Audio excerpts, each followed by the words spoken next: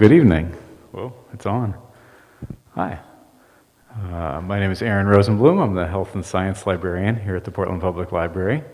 This is my piece of paper, and I'm going to tell you what's on it for just a few minutes as we get started here. The first thing it says on it is, good evening, my name is Aaron Rosenblum. I am the Health and Science Librarian at Portland Public Library. So we've covered that. Some things to know here at the library. If you need a restroom, they're right outside of the auditorium here. There's also a water fountain right out there, should you need it. And by the time this program ends, well, the bathrooms will be open the whole time, but by the time this program ends, the rest of the library will be closed. So leave when we're done. And you would leave out the door you came in, assuming you came in our big front door on Congress Street. So just go right up the stairs here and out at the end. We should have plenty of time for everything. It's no rush or anything, but don't go browsing for books when we're done, please. There's those things. This is the 8 zillionth edition of our sustainability series that we co-host with the Southern Maine Conservation Collaborative. Very happy to have Jess, the Executive Director of the Southern Maine Conservation Collaborative, with us here tonight. And the series was in person, and then it was on Zoom for a long time. I don't know if any of you caught any of those. Many of our in-person and Zoom past events are on the library's YouTube channel.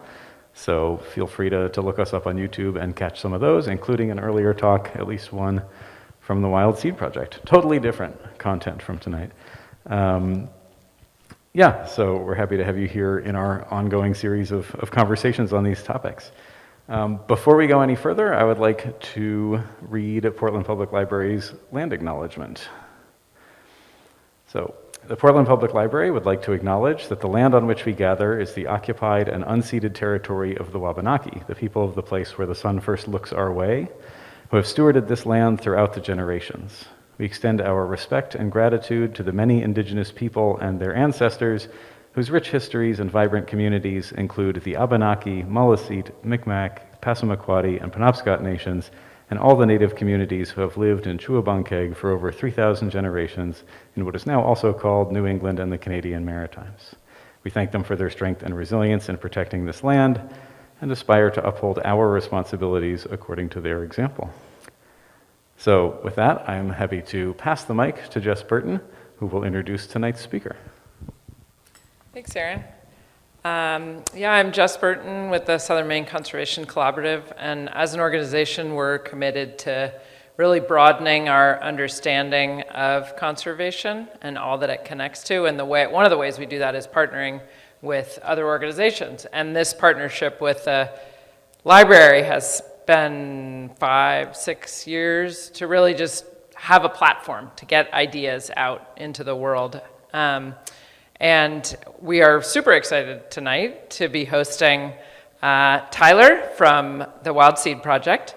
Tyler has an extensive background in plant ecology, forest management, and climate change. He holds a PhD in ecology and evolution from the University of Illinois Urbana-Champaign, where he studied how management practices influence the drought resilience and carbon storing capacity of oak hickory woodlands. Prior to his role at Wild Seed Project, Tyler was a postdoctoral researcher at Michigan State University, working in collaboration with the U.S. Forest Service and Wisconsin Department of Natural Resources to develop seed collection and planting strategies to promote climate-resilient forests in the Great Lakes region. He lives here in Windham, and we're super glad to give you the mic.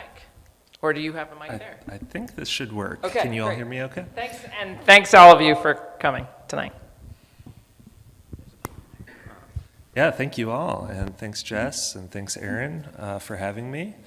Really excited to speak to you all today about native trees and their important role in building climate-resilient landscapes.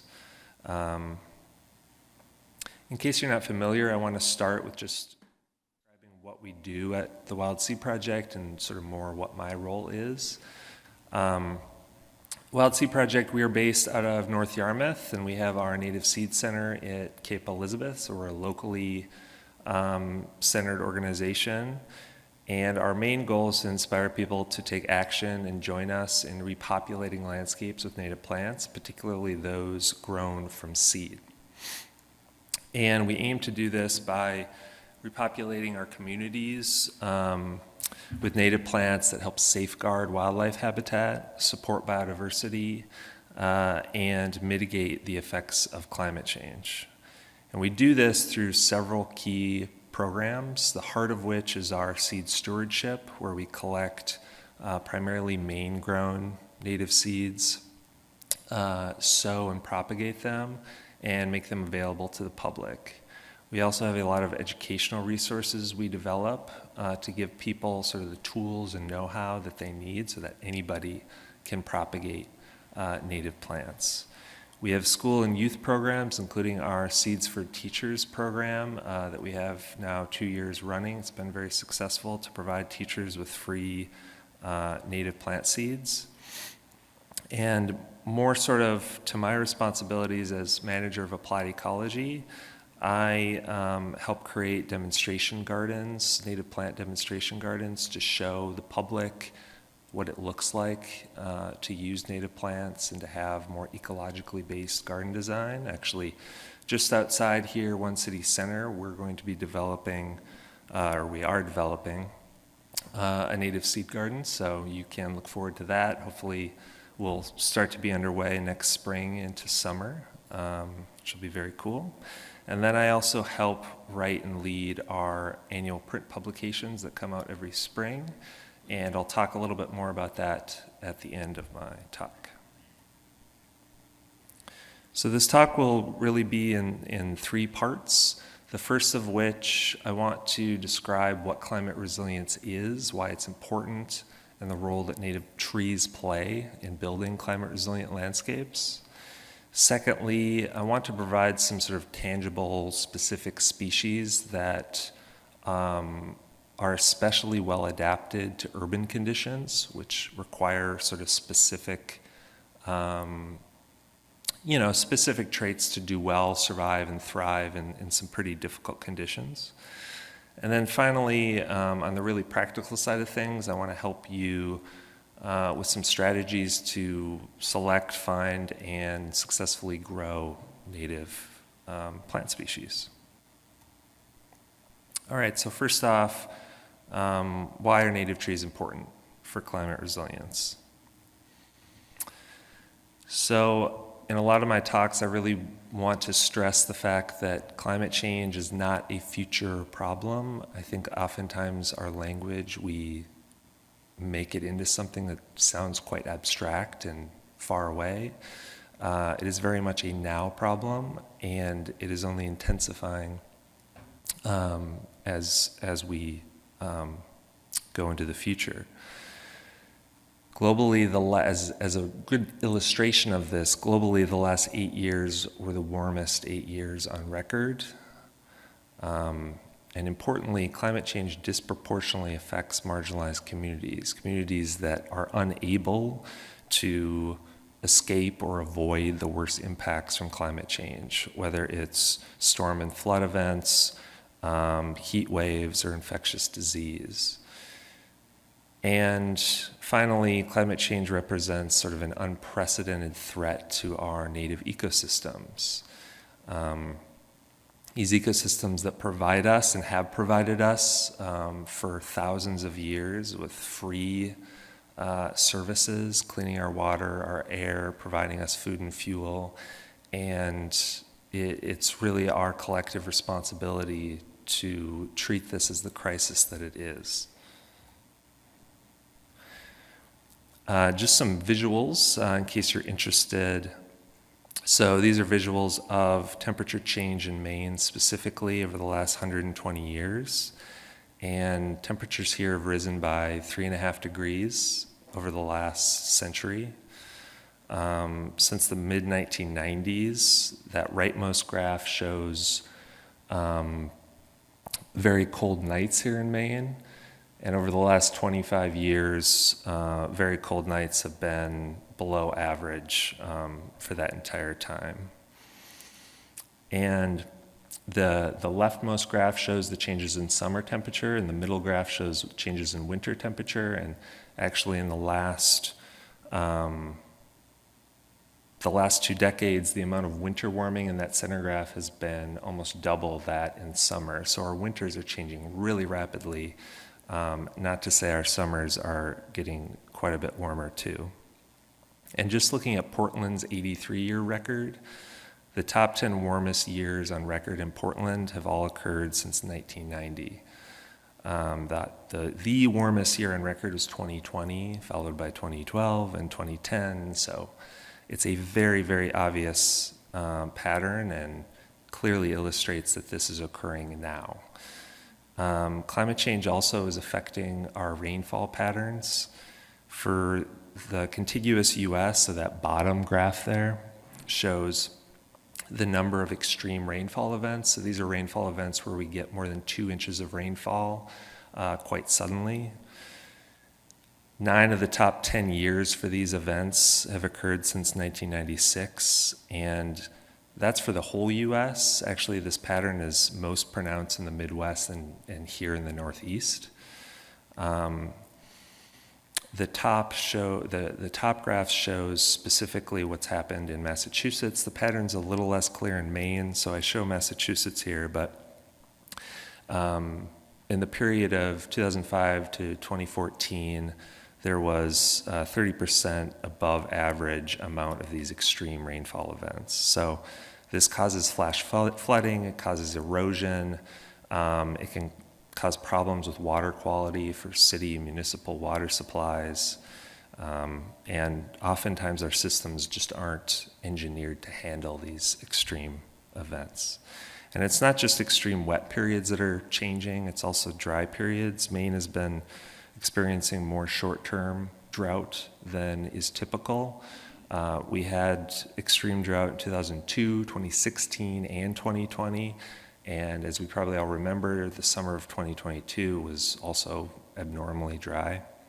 So this is all just to say that, some people call it global weirding. I think that sounds a little bit fun, and I don't really go along with that. It's very extreme, and it's causing wetter times to become more wet, drier times to become more dry. And those extremes are really hard to remain resilient to. So, I perhaps have already sort of answered this question, but with human-caused climate change already happening, it's clear that we need to collectively create more resilient landscapes. We need landscapes that help solve this problem, right? That are part of the solution, not part of the problem. Our landscapes can't be a source for carbon dioxide through leaf blowing and lawn mowing and irrigation. They need to actively help us store carbon away and remove it from the atmosphere. And in general, just so I'm clear, resilience, what I mean by it is that it's our landscapes, our planted landscapes are able to withstand all of these extreme variations in weather and recover from them.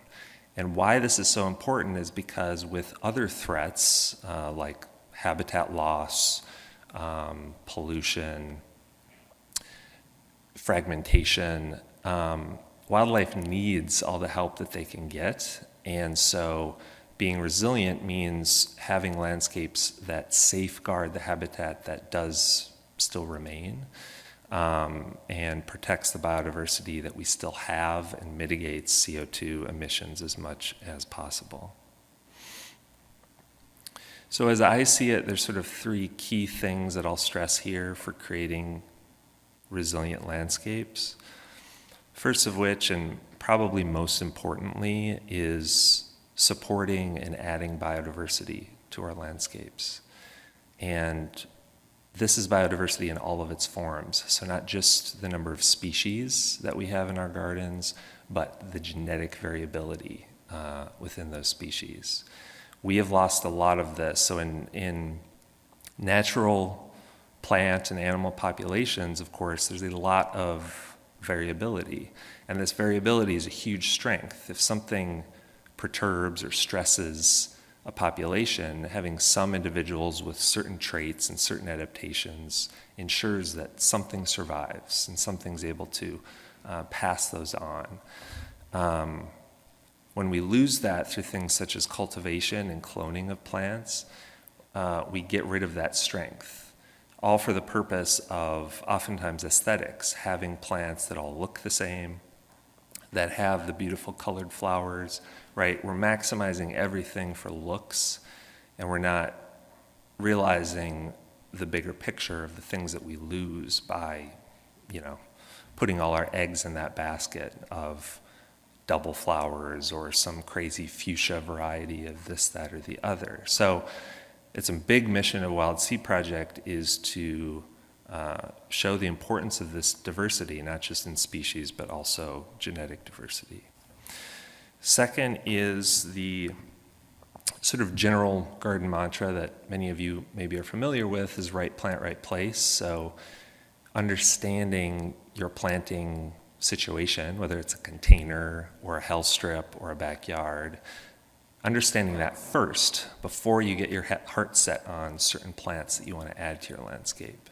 Oftentimes this is done reverse. We fall in love with something in the nursery, and then we want to somehow create a miracle in our backyard so that it will grow there. Oftentimes this is resource intensive and sometimes foolhardy, a fool's errand, in that a lot of the changes that we make might be temporary and we're constantly fighting uphill to get it to work. So this principle is really important for building landscapes, especially with trees that are going to be around, hopefully, for many decades. And so we want things that are self-sustaining and well-adapted for the spot.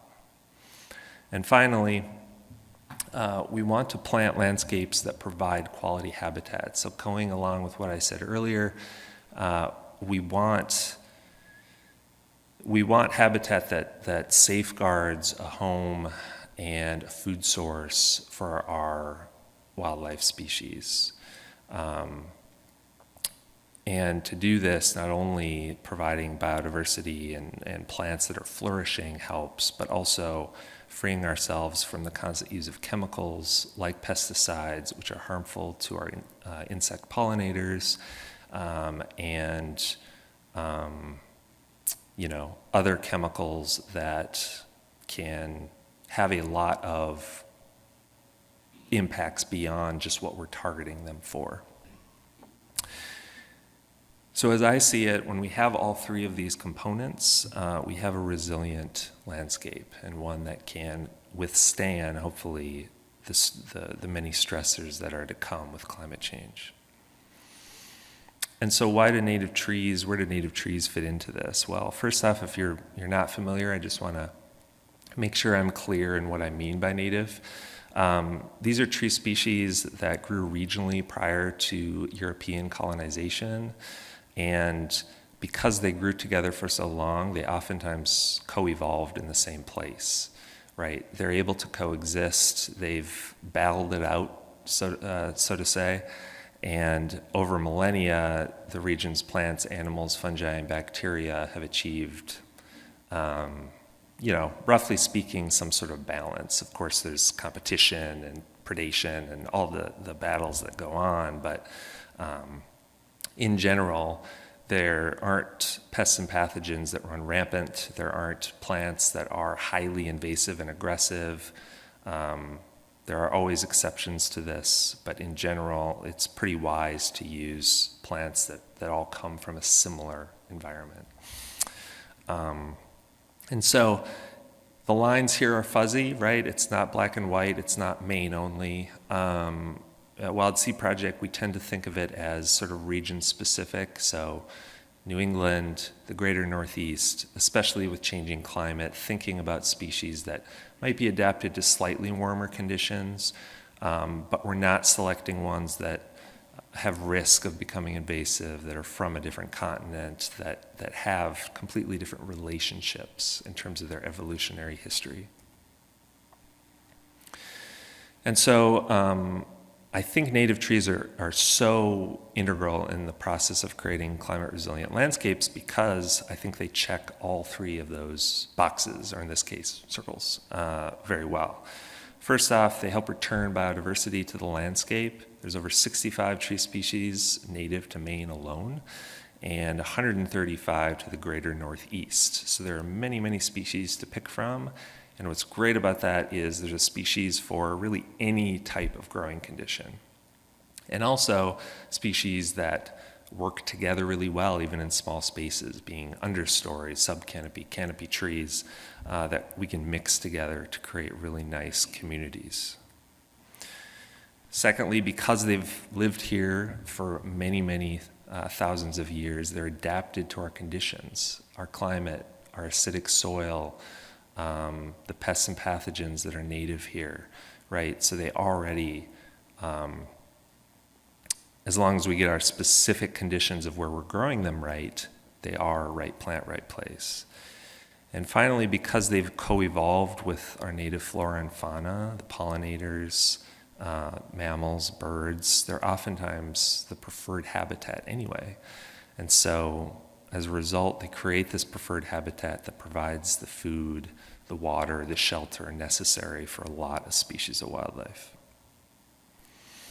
Not to belabor this point way too much, but they also have many other additional benefits. And perhaps most importantly, when we're talking about climate change, they help provide people shade and shelter in environments where it's needed most.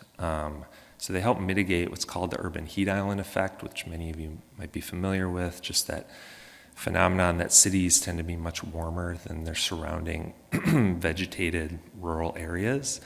And that's because of darker pavement, buildings, lack of vegetation and shade. And so Portland is generally about 6 degrees warmer than adjacent areas. And that might not seem like a lot, but that makes all the difference, can make the difference between life and death when you're talking about a heat wave. And so native trees, or trees in general, are estimated to reduce temperatures by up to 10 degrees in cities. And that can reduce the need for air conditioning. It can provide natural air conditioning to folks who don't have it. And it can help prevent power outages by reducing our reliance on electricity during those heat wave events. So many other things here, but just to be a little brief, I'll jump to, I think another really important piece is that native plants in general and native trees provide a connection to place. Oftentimes when I go traveling, especially around the US, I notice a lot of sort of homogenization of our world in terms of chain stores popping up everywhere. You know, interstates become wider and wider. A lot of things just start to look the same driving around. And I think what's really cool about embracing the plants and animals that we have native to New England is that it provides that unique sense of where we are. You know, we're all proud of our lobster fishing and our blueberries and our sugar maple shacks, and this just builds off of that further, of this sort of wildlife and flora, fauna that we really benefit from, and that really characterizes where we live. All right, so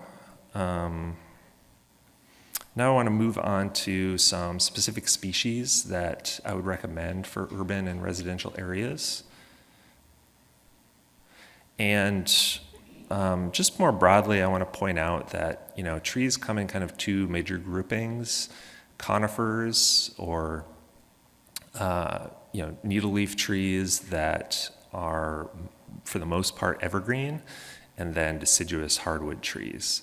And conifers are less diverse than hardwoods, but they provide a lot of really key services and are sort of part of an important diverse makeup of trees. And so a lot of us here in the Pine State are familiar with white pine, red and white cedar, balsam fir, and hemlock are really common and important trees here in Maine.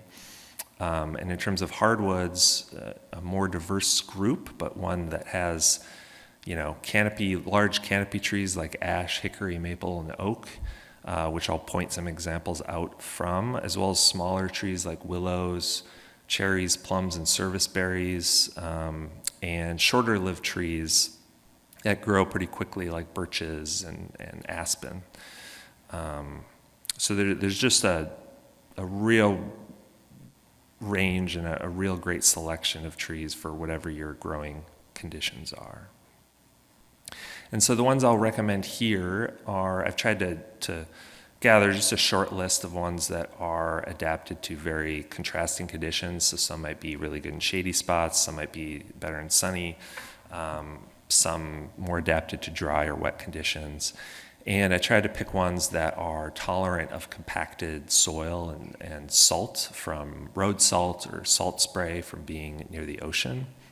Those are really important things to consider, especially if you live here in Portland or other more urbanized areas. Road salt can be a big limiting factor for how well trees will do long term. And finally, I'll just describe these sort of by size category. So I'll start with some larger trees if you happen to have space, and then more medium and small, which can be really useful for urban areas. I'll start off with a real favorite of mine, shagbark hickory. This is a species that is a lot more common farther south, but is nevertheless a really great tree to have. Its large tree grows 60 to 80 feet tall and does better kind of on the drier spectrum, but tolerates medium soils as well. And this will do better in full sun to part shade. A great sort of fun fact about shagbark hickory, as you can tell by its name, it forms these really long sort of peels of bark, but unlike birch, doesn't like actively peel off. They're just kind of cool architectural elements of the tree. And sometimes bats will actually roost up in the sort of nooks there. And that's just like it's just really very cool that even exists. But hickories are really great sort of foundations to food webs. They're home to over 200 species of moth and butterfly that larvae will feed on their leaves. So even just a single mature shagbark hickory can provide just so much value to wildlife.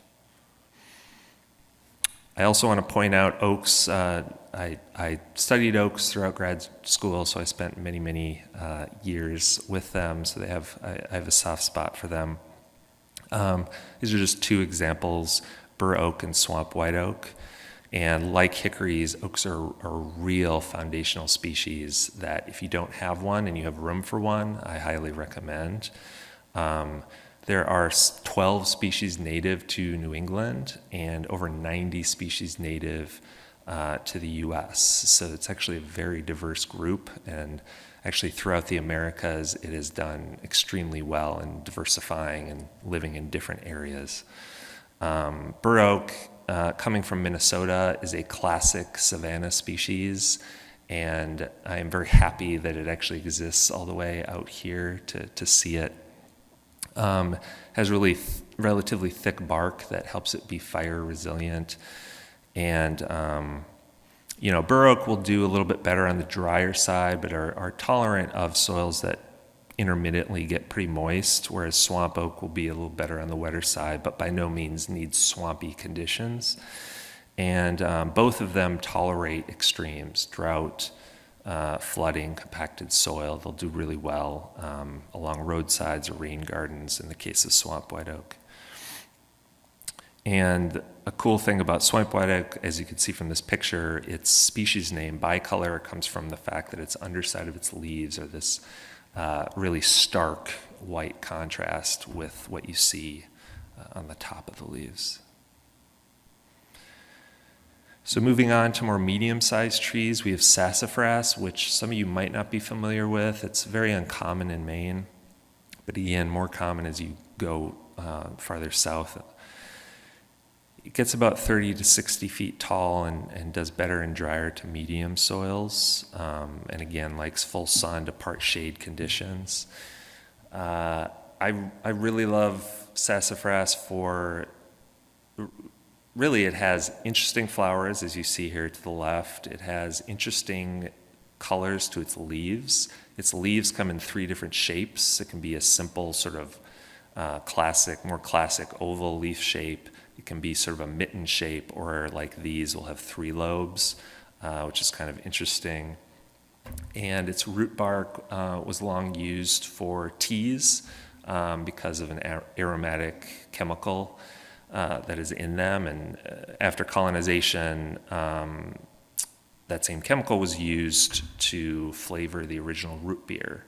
No longer used, but it was the original kind of flavoring for that. So it's a very sort of aromatic plant, and if you crunch the leaves up and smell them, to me they smell kind of like Fruit Loops, which is, I can never resist doing it when I walk by a sassafras. So next we have striped maple, which is another great medium-sized tree that will do well as an understory tree. And this is also called moose maple because its bark is a favorite food of moose. So if you have any moose rambling through your yard, if you, I guess, live farther north, you might want to take that into consideration. It does well sort of in average soils and part shade to shade. Again, a great understory tree. And it has this really interesting, where its seeds, the samaras, form this sort of chain underneath the leaves, a very nice sort of delicate appearance. And let's see. So next is another medium tree, black gum. And black gum is just a tough as nails tree that does really, really well in urban conditions. It's one of the trees that is likely to go in the One City Center garden there. This is something that does well in basically any soil moisture conditions, dry to wet, and full sun to part shade. And it's really tolerant of compaction, drought, flooding, salt. It will basically take anything. And what's cool about it is when it's young, it will have this sort of straight growth form as that bottom picture shows, and sort of a pyramid shape. And as it gets older, it gets sort of more and more personality, where its trunk will start to sort of waver and kind of create these interesting turns. So has also a brilliant fall color, sort of scarlet red, which is just another added benefit.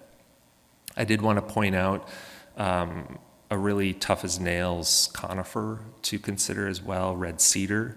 So red cedar does really well in exposed areas. So if you have coastal plantings or areas that just get a lot of wind or drought, they're exposed to direct sunlight, this will do really well in those places.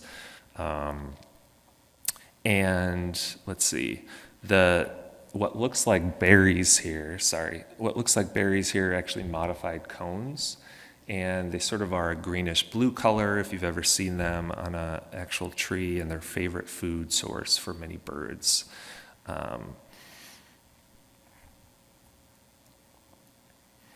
Another real favorite understory tree is serviceberry. So there's actually several species of serviceberry in the genus Amelanchier. Amelanchier canadensis, pictured here, is one of the most common that you can find, most readily available. And this is a small tree, 15 to 30 feet, that has something for every season. So it's one of the earliest flowering native trees, so it's a really important early food source for pollinators. And as you can see here, it has really profuse blooms, abundant blooms. And then that leads way to sort of reddish, purplish fruit later in the season. That's really important for birds and is also edible for people as well. And then come the fall, it has gorgeous fall colors and has sort of a beautiful architecture once it loses its leaves, with these sort of fine branches that give it sort of a delicate appearance during the winter. So a real great tree to add to your landscape. And then kind of in the smallest category, beach plum, which kind of straddles a line between a shrub and a tree.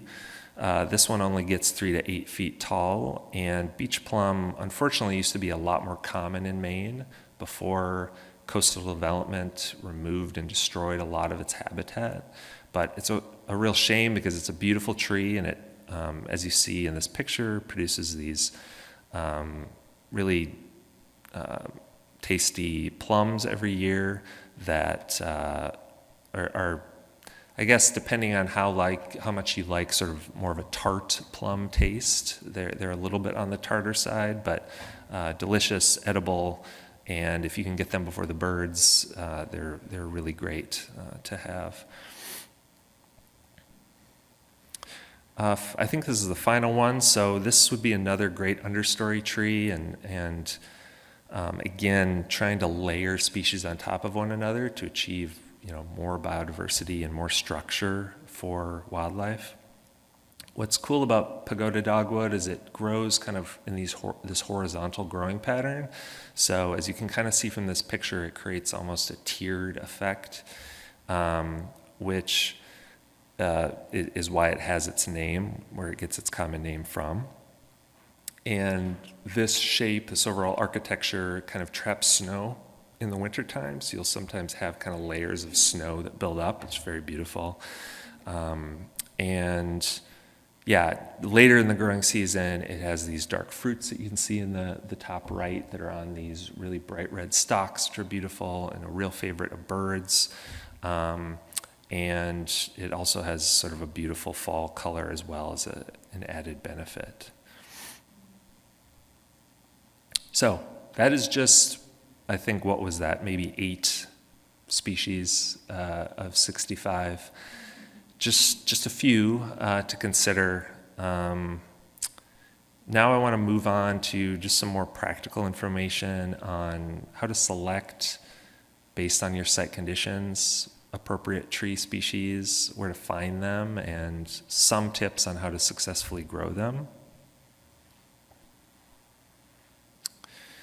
So, like I mentioned in the very beginning, following right plant, right place principles means first observing your site, first understanding what is unique about where I'm planting.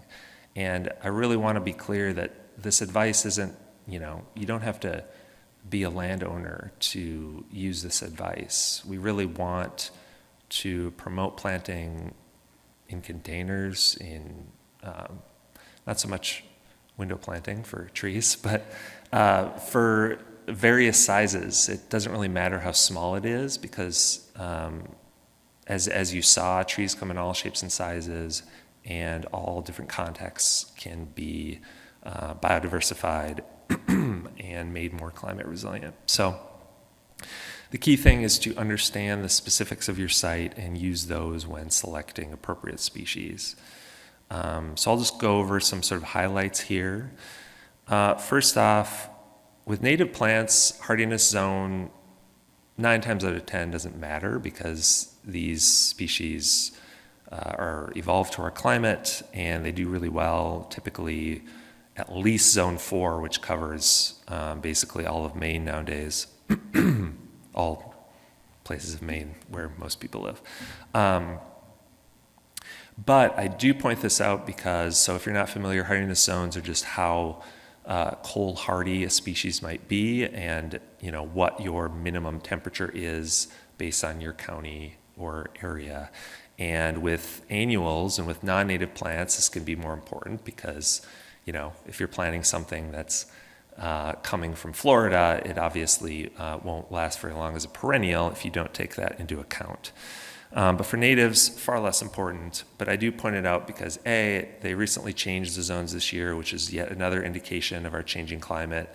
Things keep moving up. If you were 4B, you're now probably 5A, so on and so forth.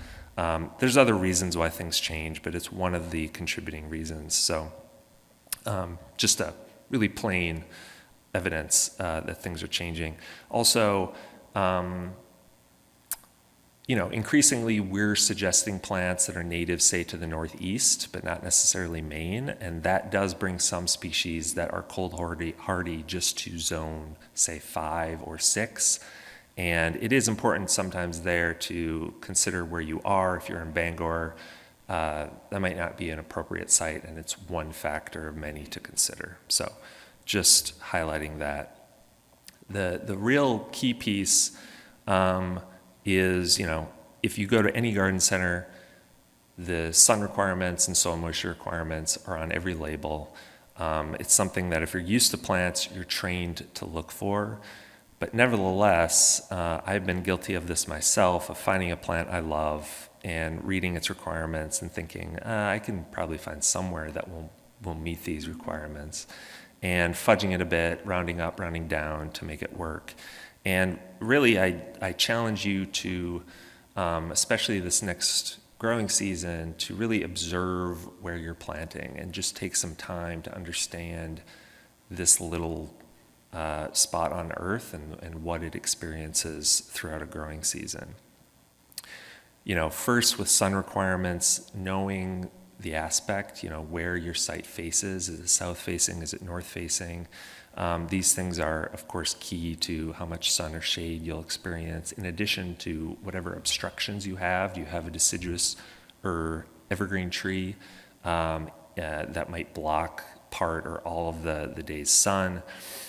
Those are really important things which seem very obvious, but if you don't observe them and jot down a few notes, you can easily mislead yourself into thinking you have conditions you don't.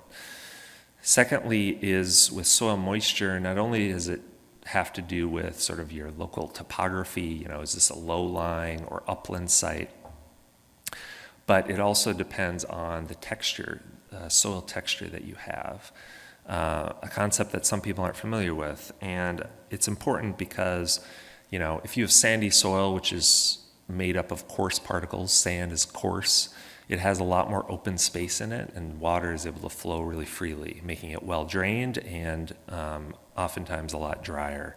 Whereas if you have clay on the opposite end of the spectrum, these are some really small particles that stick together and don't have nearly as much pore space between them. So water ends up getting sort of backlogged. If you've ever, ground your coffee too fine and tried to do a pour over or something, it creates a sludge and nothing's able to drain. It's the same principle of things being too fine. And really, I just point this out because along this spectrum of sandy to clay, there's a whole host of opportunities of different soil types that different plants will do well in. And so I think oftentimes, and I think I just made the mistake of doing this, we use pretty loaded language. If something is well drained, it's good soil, right? And if something's clay or sandy, it's poorly drained or excessively well drained, right? These sort of conditions that we deem imperfect and needing to be fixed. And instead, just try and think of them as unique conditions that are assets, not liabilities. And just know that because we're using a diverse set of species, there's going to be something that will do really well, regardless of your conditions. All right, so a big challenge oftentimes is finding native plants. It's a question that we get all the time at Wild Seed Project, and understandably, it is a lot more difficult to find, getting a little bit easier every year, than it is to find annuals or ornamentals that conventional nurseries will carry.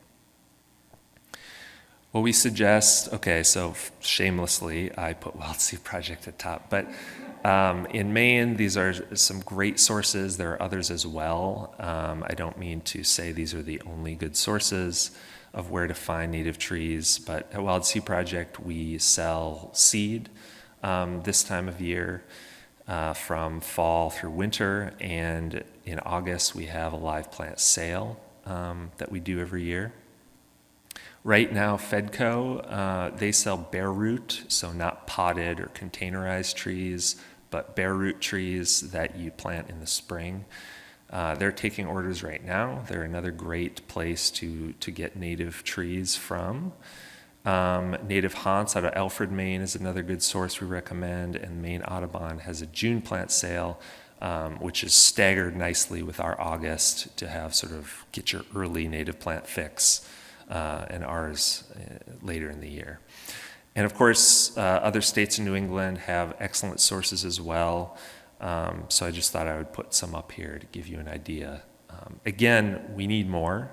We need more sources. They need to be more readily available. But here are some reputable sources to seek out. And I just want to note that, if you can't find a tree, or if you want to, if you need a new hobby, you can collect your own, right? And if you have children, it's a great activity to do with kids, is to show them the whole process of seed to plant. And, we always recommend, you want to be confident in what species you're collecting from. Fortunately, with trees, it tends to be a lot easier than with herbaceous plants. So it's a nice sort of foray into seed collection and seed sowing. Many species of conifer ripen and open in the fall, whereas hardwoods mostly are late summer to fall, though there are some key exceptions in the late spring. So here I just mark some of those. Elms, silver and red maple, and cottonwood all ripen a little bit earlier. So those are just ones that, if you're looking for particular species, knowing when they ripen is kind of a key first step. And it's also important to be able to access them pretty easily so that you can see how they're developing, right? Many trees do not produce seed every year. There'll be mast years, or there'll be good years and bad years. So it definitely requires more patience than conventional, big box store picking up a containerized tree. But I think it's something where you can learn a lot, and it's very cool to see something so small grow into something so big. But the key thing I want to talk about, regardless of where you get your seed or even if you use seed, is that like with many native plants, seed dormancy is very common, and it's really a key step to being successful in germinating native tree seed.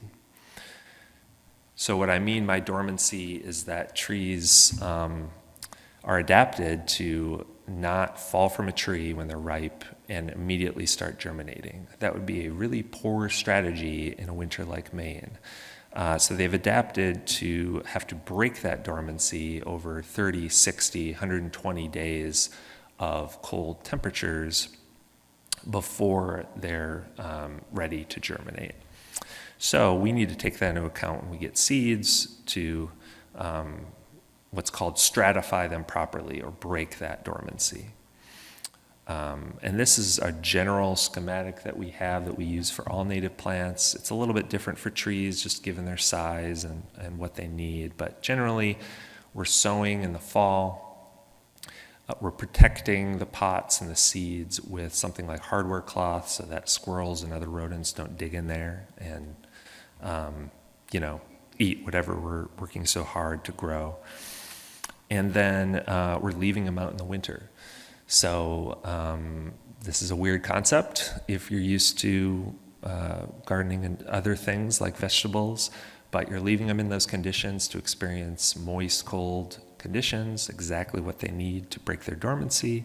And then the following spring, when they start to germinate, you can either plant them up to bigger pots and continue to grow them out, or you can direct sow them where you want them to go. And many people ask, well, can I just pick seeds and throw them like they would in nature anywhere I want? And of course you can, but all of these steps are intended to give you a little bit higher probability of success, right?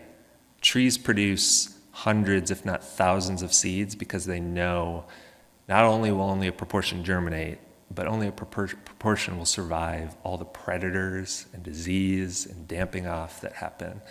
So it's a numbers game, and this helps stack the numbers in your favor. With trees, especially nuts, which are, so like hickories, oaks, chestnuts, which are among the most popular trees that people germinate. Of course, there's a whole internet culture of people that get into this sort of stuff, and I do not profess to be any sort of expert. I just wanted to give you a little bit of information here. breaking that dormancy can take many different forms. So like I say, you can just plant them outside, or you can stratify them in the fridge, putting them, so conventionally people use peat moss. We want to get away from it as a non-renewable resource, but peat moss has some nice antimicrobial properties. So moistening it and putting your nuts or tree seeds in with it and putting it in the fridge over winter is a great way to artificially break that dormancy. So that's the way people do it. There's also other ways like cutting holes in 5-gallon buckets. This is a way that larger producers will pack seeds. They'll do sand, seed, layer it in there, and then dig a hole and put the whole bucket in a hole. It's a cheap, economical way to stratify a lot of seeds. And then when seeds are ready, because they'll have that far left picture, they'll have what's called a radicle start to emerge. That's the embryonic root, so the very beginnings of a root system that break through the seed coat. And that's a sign that dormancy has been broken and the seed is ready to plant on. And so once we have that, again, there's a lot of different options. You can continue to grow them in pots for their first year. Typically, you really want to nurse them that first year because they're really vulnerable and they're just starting to develop their woody tissue that gives them a little bit more of that durability, as well as a root system that's going to provide them the ability to handle various moisture conditions. But again, you can plant them pretty tightly in a bed of, people will do sand, or if it's in pots, soilless media, loose material where once the trees start to grow, you can easily separate them and plant them in separate areas. So some people will do that for their first summer growing. If you do containerize them, I just like to point out a lot of trees like oaks, hickories, walnuts have incredible taproots. So that leftmost picture is sort of the starting of one. If that acorn was in a pot, you wouldn't see it yet. It would just be dirt. And you would think, man, did this even germinate? What's happening? And instead, it has a 4-inch taproot that it's developing. And this is an adaptation to, again, tap more reliable sources of water in the wild. And so you want to use a deep pot. 2-quart milk carton works just fine. Something that's 8 inches or bigger. And of course, they sell things like tree pots, that picture in the middle, that are just extra deep to allow space for that taproot to develop. Okay, I will try and wrap up here. We're very close to the end. So when we go to plant, once we have our tree seedlings, just some sort of tips when we're actually going to plant it. The exact method will depend on what form your tree comes in. So like I say, you can get bare root from places like Fedco. You can get containerized trees. Or if they're larger, they'll oftentimes come balled and burlapped from a nursery. And so the ultimate method will depend on exactly what you have. But for an example of a containerized tree, it's really key to dig a wider hole than you would think, a hole that's 2 to 3 times wider than the container they come in. This allows the root system to expand. And you want to dig it such that it kind of tapers on the sides. This helps sort of guide the tree's roots to grow in a good, effective way, so that they don't grow abnormally or in a way that's not advantageous for the tree. And you want to plant to the depth of what's called the root flare, or have the root flare just above. This goes for any tree, but oftentimes people will plant trees such that it looks like a telephone pole coming straight out of the dirt. And when they're really small, sometimes it's hard to tell where that flare is. So,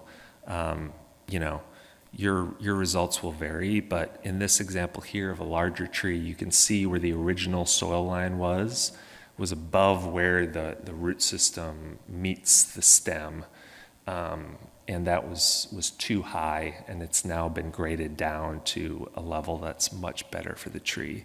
When it's higher than that, it can cause extra roots to grow in that area, and if, say, the mulch decomposes, which is typically what people form these volcanoes over a tree stem, creating this sort of volcano. When that mulch decomposes, all of those new roots become exposed to the air, dry out, and really creates a poor sort of start to the tree's young root system. So you really want to position the tree correctly so that it has really great conditions going forward. And as I mentioned with mulch, you don't want to mulch right up against the tree's stem because that can cause moisture to stay on the tree. And just like your skin, you don't want something wet always right up against it. You want it to be able to breathe. And so that's why you want to leave a little space between wherever you mulch and the stem of the tree. And, once you have these planted, it's really important and oftentimes an overlooked step to keep them protected from all those potential predators and things that threaten a young, vulnerable tree. So first and foremost, keeping them watered. In the first year, you want, during dry periods, to water trees every 7 to 10 days. And you want to make sure that you water deeply and slowly. You're not pouring a bucket on them. You're not turning the hose on full blast. You don't want water to pool around the tree. You want it to slowly soak in and get the whole root ball nicely covered. You'll actually see these around Portland quite a bit. These are sort of watering bags that they'll use.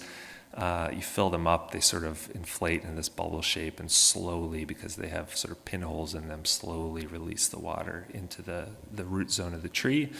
You can buy those, you don't need to, but they illustrate the importance of slowly providing that water.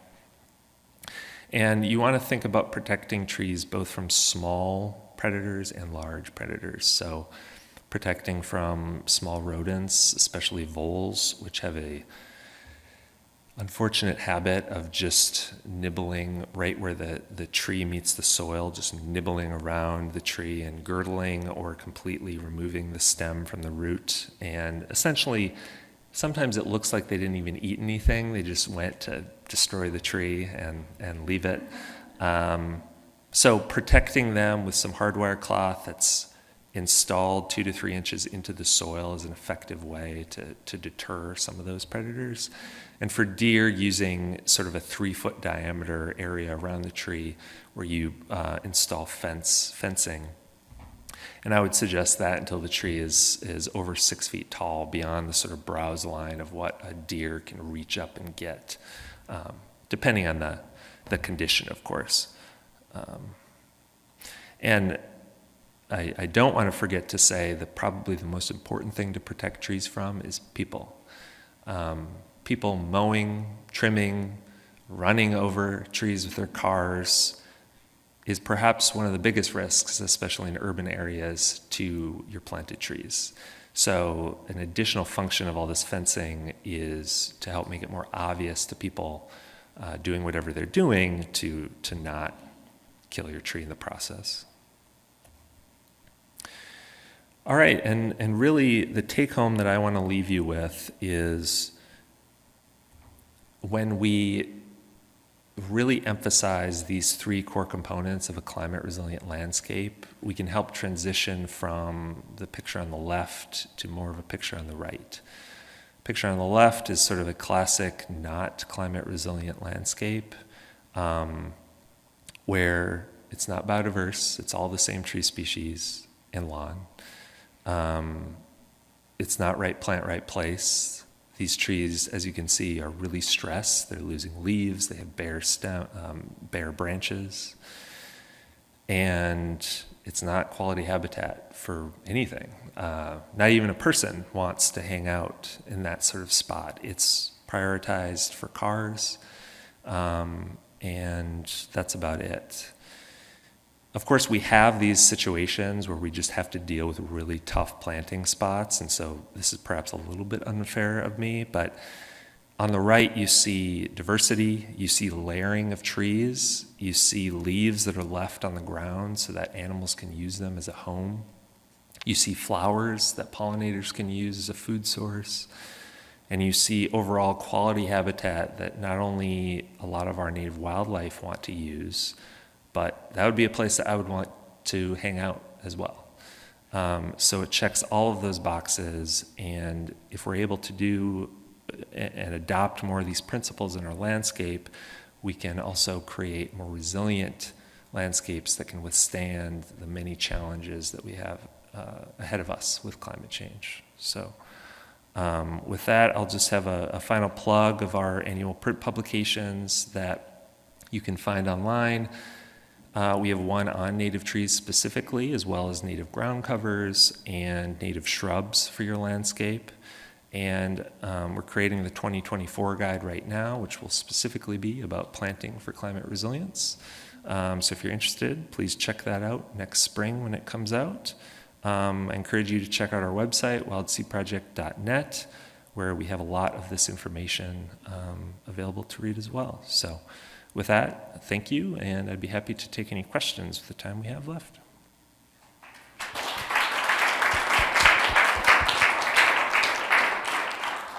I didn't mention before that we're going to use a microphone for the questions, and I'll come back with it in just a second. I need to make some quick adjustments, and I'll tell you a story, but you can't see me. Had a beautiful magnolia tree in the front yard of the house my wife and I shared in Louisville, Kentucky before we moved here. And really and truly, we were out of town. We got a call in the middle of the night of our friend saying, our friend who was house sitting and dog sitting, saying, someone ran over your magnolia tree. And then, well, actually I'm telling it wrong. Our friend slept right through it. Our across the street neighbor texted and said, someone ran over your magnolia tree. Our across the street neighbor was very handy and green thumbly. And he said, and I tilted it back upright and packed it back down. And I think it'll be okay. And it was, actually, by the way. And it was in its right zone. It was a native species for the area, and it had some scars on it. And then the new owners, when we moved to Maine, tore out all 7 or 8 native trees we planted. So maybe someone will ask a question about that. Sorry, that was my story in order to make the changes I needed to make. Questions? Look at this one, I guess. I think I can speak loud enough for everyone to hear me, but, oh, okay, they're recording. Would you suggest watering in the winter if there's very little snowfall, like maybe once every couple weeks or once a month, when they're establishing, or is that not necessary? It is typically not necessary, depending on really how dry your site is. If it's a pretty average area, you know, the trees are mostly dormant, and so, yeah.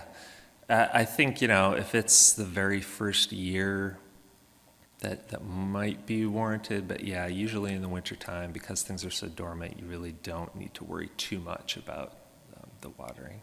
Yeah.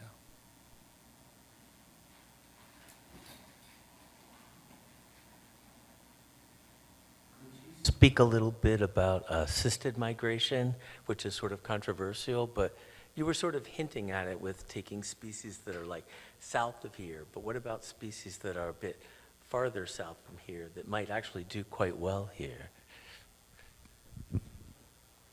Yeah, great question, Greg. I think, you know, I've done some work on this topic, and it's of great interest to me. I think it does require us to be careful with selections. Ultimately, I think the sort of best practice is to use kind of the behavior of trees to determine what might or might not be appropriate to introduce, especially when we're considering species that aren't in this region whatsoever, that are coming from, say, North Carolina.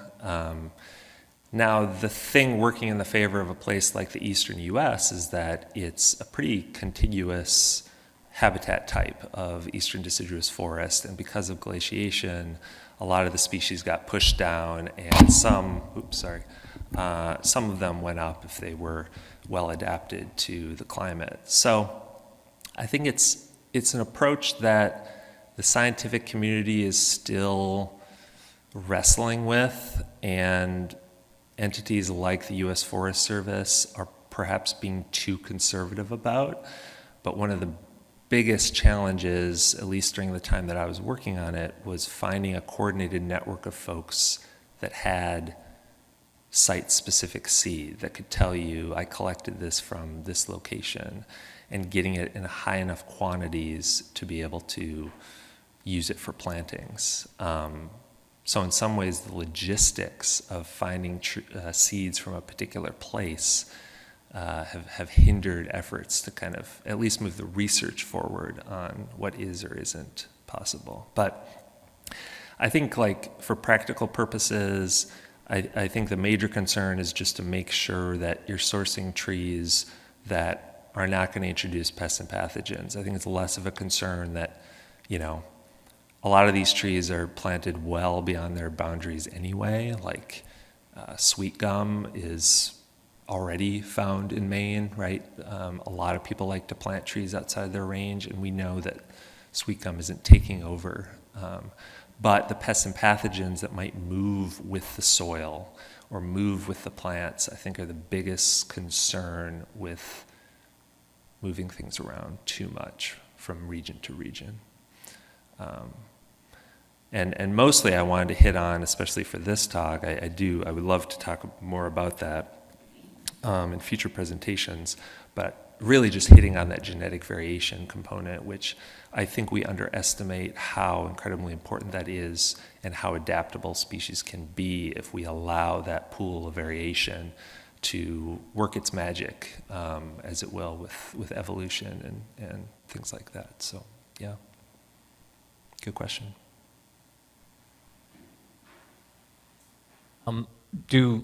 Is the increase in carbon dioxide parts per million, does that affect some trees do better, some trees do worse? Is there no information about that? I mean, there's a lot more carbon dioxide in the air for their respiration, right?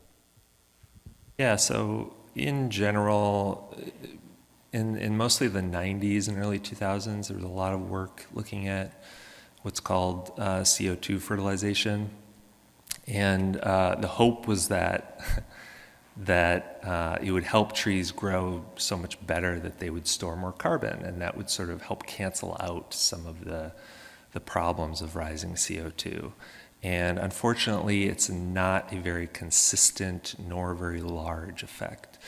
It does help with photosynthesis, having a little bit more CO2 around for plants to soak up, but it is not nearly enough to make, you know, a significant difference either way in terms of how well our trees grow, how well they store carbon and things like that. Unfortunately, there's much more losses in the way of increased decomposition and respiration because of warmer temperatures and stress like drought that more than counteract any positive when it comes to, we're talking like forests here, like how well forests would soak up that extra carbon. So, yeah, unfortunately, not great news on that front. Can you talk a little bit about where in Portland you see things happening well in terms of resiliency and use of native plants? Yeah. I mean, I am a relatively new transplant myself. I guess speaking of assisted migration. Do you bring any pests or pathogens with you? Yeah. So I think that is a question that a lot of my colleagues at Wild Seed Project could answer a lot better than me. But it is really promising when you walk along a lot of residential streets, in particular in Portland, what people are doing with their boulevard plantings and health strip plantings right along the roadside. I think there's just been so much sort of ground roots activity in terms of not mowing and not, excessively managing those areas. And I think even small, 1 foot by 3 foot areas can have such an important part to play for inspiring people to do it on their own little parcel. So that's really promising. I think there's a lot of work to be done in terms of municipalities adopting it. Again, it's not completely to fault them, because sourcing, especially bigger projects, is hard. You know, we can supply seed for residential purposes and smaller purposes, but when it comes to, you know, big city projects, it is just not there yet in terms of the supply that we need. So yeah, still work in progress, but a lot of promising things happening. I have a question.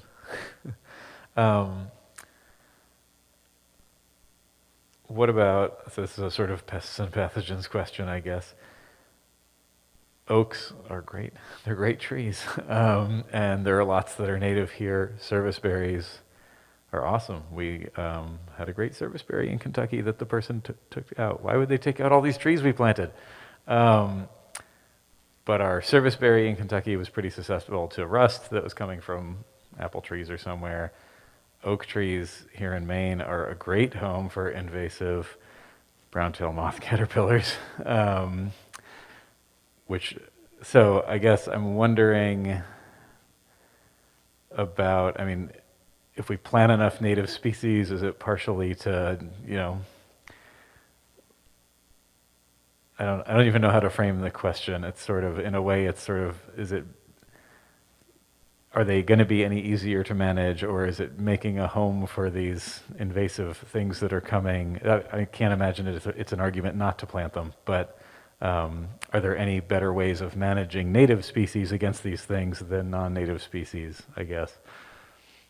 Yeah, no, that's a really important question, and increasingly more so as we get more. It seems like every couple of years we get a new variety of pest that is introduced to the state or is slowly making its way towards us. It was definitely on the back of my mind throughout creating this talk. I was just like, oh, there's already too much stuff. So I didn't focus on it, but I think it's a really key consideration in selecting trees, especially. It was something that you want to be low maintenance for a long period of time.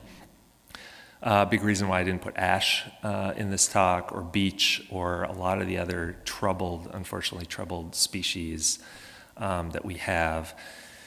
And I think that will just be another layer in terms of which species organizations like us need to advocate for, right? Which ones are going to be most sustainable on people's landscapes given the current threats or emerging threats, and which ones right now to just avoid. And we're already, you know, that's a fluid situation, and one that we're already doing, like I say, with ash and other trees. Promoting, you know, supporting the idea of collecting seed right now, but keeping in mind that it's going to be years out before we turn the corner on something like emerald ash borer and can maybe start to replant or consider, you know, how resilient the seed banks that we have of ash will do in the future. So, yeah, I think that's a really important part, and something that I think as an organization we want to talk a lot more about. So, yeah. More questions from people who aren't me? Thanks, Tyler. It's a really good talk. Thanks. Similar, sort of building off of Aaron's question, where I live on Peaks Island, there are a lot of Norway maples and other plants that are invasive and just sort of wipe things out.